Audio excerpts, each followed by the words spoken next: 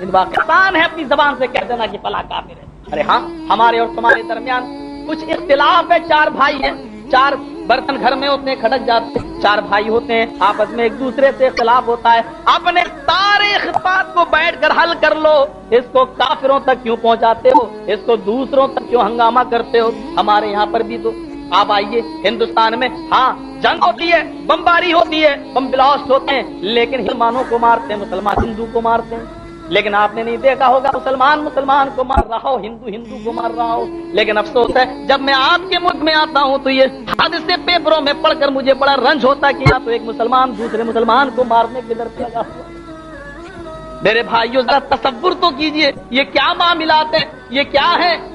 آخر تکلیف اپنوں سے, تکلیف ہمدردی انہی سے ہوتی